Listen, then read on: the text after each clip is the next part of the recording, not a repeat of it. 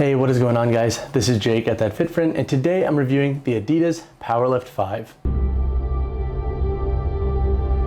So 3 things to like about this model is number 1, this is a pretty good, like all around budget friendly weightlifting shoe. So if you want a pair for some casual weightlifting, squats, or other lower body exercises, this can be a viable option to explore, especially if you don't feel like breaking the bank. So if you don't feel like spending $200 on something like a Reebok Legacy Lifter 2 or a Nike Romaleos 4, this can be a viable option. This model has a price point that sits around $120 USD. Now I bought this pair in this colorway off of Amazon for $110. I don't know why they're $110 on Amazon and $120 everywhere else, but you can expect anywhere from $110 to $120. So if you're not trying to spend more than $150 on weightlifting shoes, this can be a really good option to look into, especially if you are somebody who's like a beginner getting into weightlifting shoes, or somebody who just wants a pair for squats here and there or other lower body days, and you don't feel like spending a ton of money on a pair of shoes that you're only going to be wearing here and there for your training. The second pro that comes along with this model is I think it could be a really good beginner-friendly weightlifting shoe. And the reason being is that this model's heel height sits around 16 millimeters. That translates to about 0.62 inches. Now, if you have never lifted with a heel elevation, whether it be for squats, weightlifting, whatever it might be, this can be, I think, a pretty good model to kind of ease you into what it's like to train with heel elevation. That way you're not going from something like a flat shoe to a weightlifting shoe with like over an inch of heel elevation. You can kind of ease in and figure out, okay, do I like heel elevation for my lifting? Should I go a little bit higher? Does the shoe really work for my needs? So on top of not breaking the bank, this can be a pretty good beginner-friendly shoe. Also, if you're an athlete that likes a lower heel elevation, this model can be a viable option to look into. The third pro that I have with this model is I do like the reworked upper in this shoe. So Adidas changed the upper in this model and added this canvas with these mesh inserts. Overall, I think they do a pretty good job at locking down that foot, giving you a nice level of security, and the mesh inserts breathe pretty well. So with the perforated tongue and with the mesh inserts, I don't think you're gonna run into an issue with your feet getting too hot in this model. And this canvas up here wrapping around the forefoot to the midfoot, it does a pretty good job at really hugging that foot and kind of form-fitting that foot well. Overall, this is a pretty good all-around budget-friendly weightlifting shoe. But now let's talk about a couple of cons I have with this model. So 2 potential cons that I could see folks having with the Adidas Powerlift 5 is number 1, the toe box in this shoe runs pretty narrow. And so it's kind of a bummer because I wish we'd get to a point to where all weightlifting shoes had a standardized like wider toe box, because feeling limited or jammed in your weightlifting shoes is never a good feeling. So in the Powerlift 5, we have a thicker padding back here around the boot, and this pushes your foot forward. This model already runs pretty short and the toe box is fairly narrow. I would describe it more as like a neutral width with like a slight narrow tinge down here at the end of the toe box.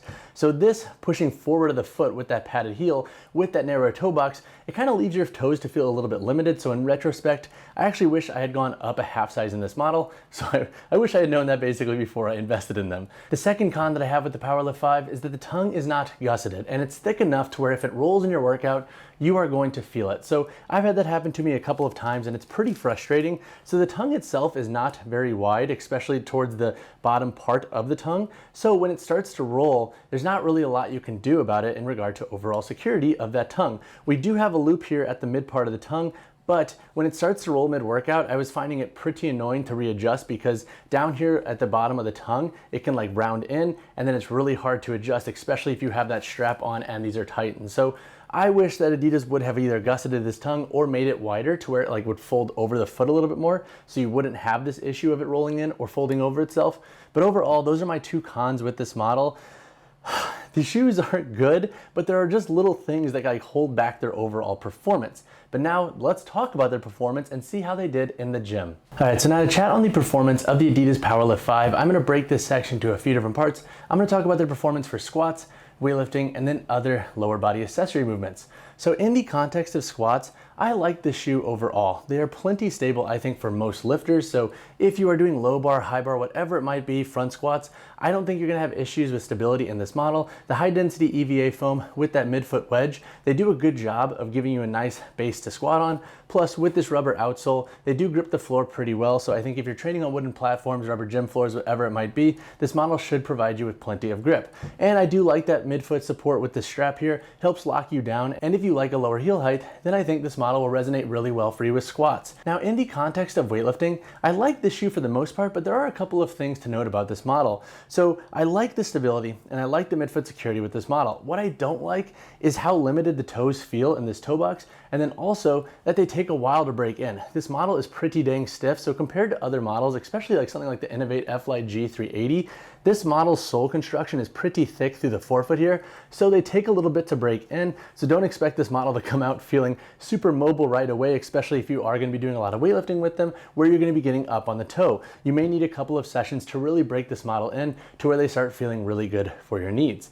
In the context of other lower body accessory movements, I think this model will do a pretty good job for most folks. They feel pretty good if you're doing like walking lunges, split squats, whatever it might be. That might be a little bit more dynamic in nature. Plus with this rubber outsole, they're going to grip different surfaces as well. So if you want to use these on machines, for example, for a hack squat or a leg press, this model should fit the bill pretty well at giving you a nice weightlifting shoe that's going to give you traction, stability, for your overall performance needs based on the context in which you plan to use them. So overall, this model does a pretty good job across the board.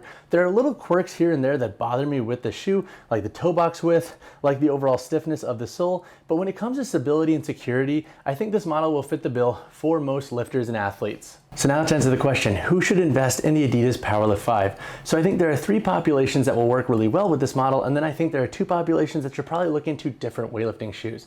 So in regard to who will like this model, I think number 1, beginners, they will resonate really well with the shoe. You get a good level of security and stability in the shoe, so whether you are just getting into weightlifting shoes for the first time, or if you're looking to invest in a pair for your first strength sports competition, the Powerlift 5 can be a good option to explore. The second population is the budget conscious shopper. So if you don't feel like dropping 200 USD for a shoe that you plan to use here and there, or if you're just using your weightlifting shoes sporadically for squats and whatnot, this can be a good option to explore at a price point of $120 USD. And then the third population is the athlete and lifter that wants a lower heel elevation. So with a heel height of 0.62 inches, this is definitely a weightlifting shoe with a slightly lower heel height compared to the norm on the market. Now, 2 populations that I don't think will resonate with the shoe is number 1, folks with wider feet. If you have wider feet and if you need a wider toe box, you may want to look into other models. Even if you size up in this shoe, I'm not convinced that you're going to have enough toe splay room to feel comfortable in this shoe. And then the second population is the person that wants a higher heel height. So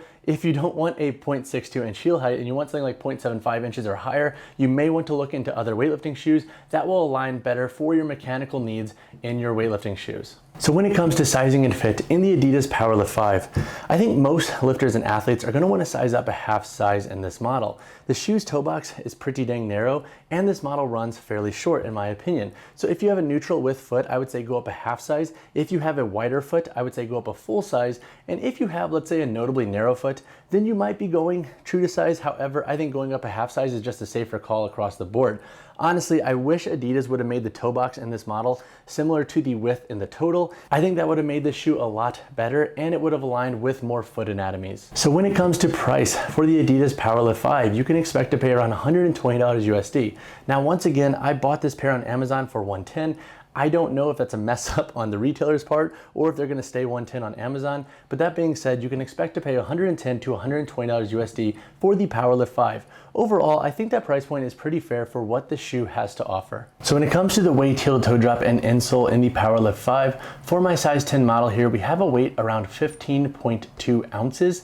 The heel to toe drop in this model, or the heel elevation for that matter, sits around 16 millimeters. That is about 0.62 inches. And this model does have a thin foam removable insole. All right, now let's go over the construction of the Adidas Powerlift 5. Up here around the toe box, we have an internal toe guard. So as you can see, we have this like more rigid material on the internal part of the shoe. I like this because it does help prevent stress rips over time. We have a canvas upper that extends the forefoot into the midfoot here on the lateral side. And then over here on the medial side, we do have some mesh inserts. So these mesh inserts help give this shoe a little bit more breathability. And this canvas upper, I think, does a pretty good job at giving you a nice, secure fit and feel in this model. Looking at the midfoot, we have 6 core eyelets that run up. These are reinforced with metal loops here. And then we have a singular midfoot strap here at the top of the midfoot.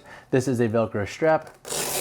Overall, I do like the width of this strap. I don't think we're gonna have any overhang in this model. And then over here on this ring, the loop over here feels pretty secure, which I personally like, especially for the budget nature of this model. Looking at the tongue, we have a loop here on the mid part of the tongue for additional security. But once again, this tongue has some issues with rolling. So as you can see, like it's not too wide for what it's worth, and there's no gusset. So if there's any part of the tongue down here that starts to fold in your workout, I think that is gonna be an issue. So I do wish that was fixed in this model. We have some Adidas branding up here at the top of the midfoot, or the top of the tongue for that matter. Looking at the boot construction, overall we have a nice rigid cutback here in the internal part of the boot. We have a decent padding here, so I don't think slip is going to be an issue. However, with this thicker padding, once again, it does push you up a little bit far in the shoe.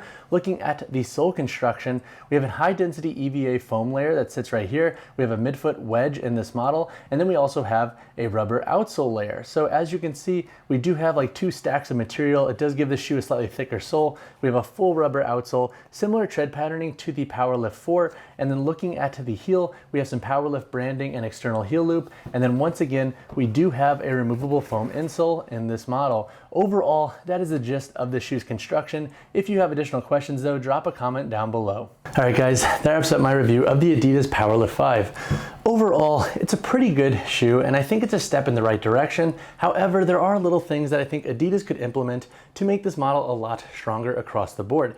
If you have additional questions on the shoe, drop a comment down below or reach out to me personally, whichever you prefer. And as always guys, drop a like on the video, drop subscribe to the channel. I'll see you in the next one. Also, I mentioned in the comments on my last video, the Adidas Total review, that I'd be traveling for the next 2 weeks in New York City.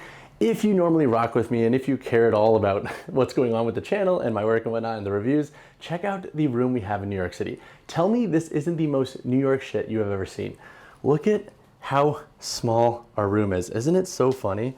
We have our little sink there. We have a fridge down there that can hold literally like maybe an apple, a bed, and then this little tiny bathroom.